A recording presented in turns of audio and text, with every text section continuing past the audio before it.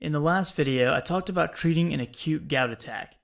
Now I want to go over a few options that we have for hopefully preventing further attacks in the future.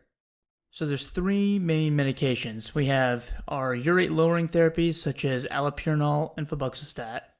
We have our uricosurics such as probenecid. And we have our new class, our URAT1 inhibitors, lesinurad, or brand name Zurampic.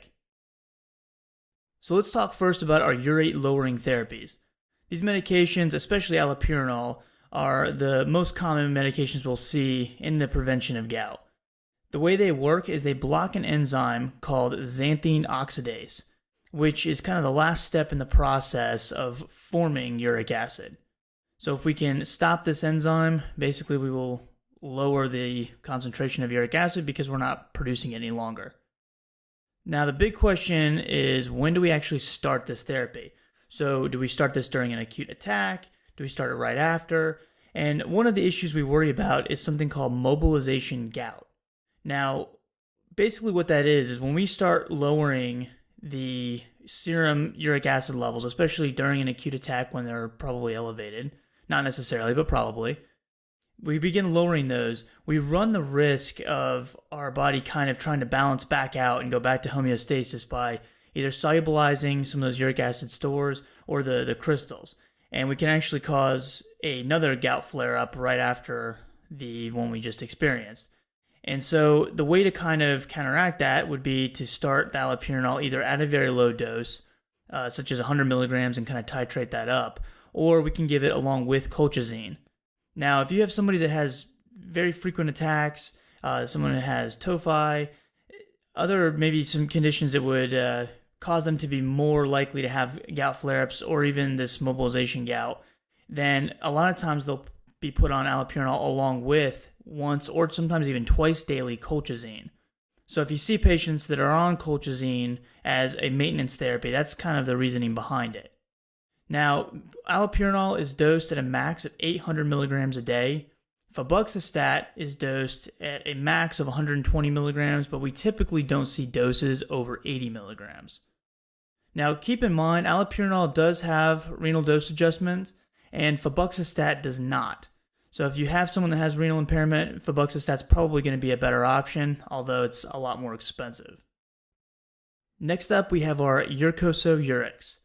And probenecid's probably the best example. There's others in this class, but probenecid's probably the one you're most familiar with.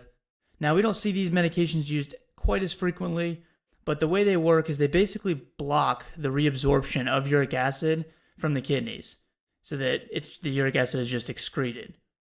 Now, the big risk that we run with this mechanism is basically causing kidney stones.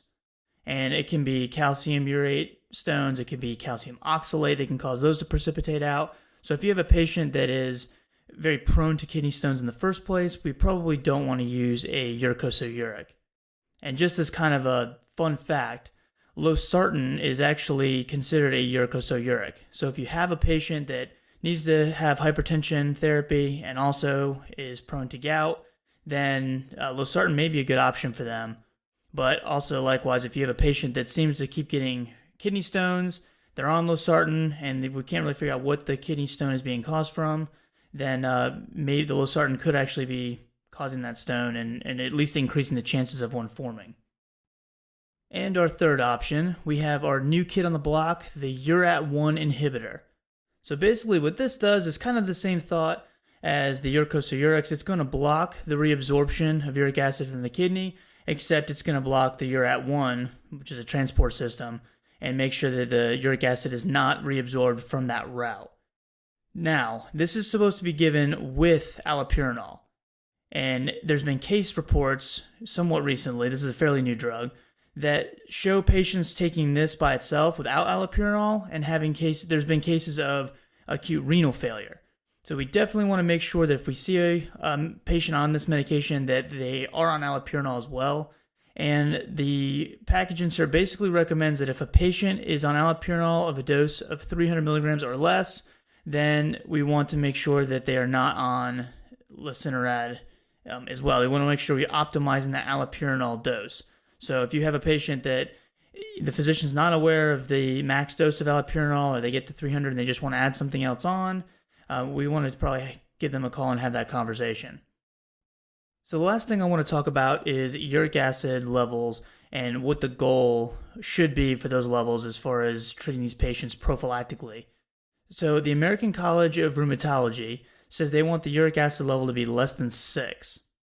Now, that's kind of been the gold standard for a while, but somewhat recently, the American College of Physicians came out with their gout guidelines and basically said that they didn't feel like there was enough evidence that supported monitoring these uric acid levels. And they were saying that even if we do monitor, it doesn't necessarily, statistically speaking, prevent a gout flare-up.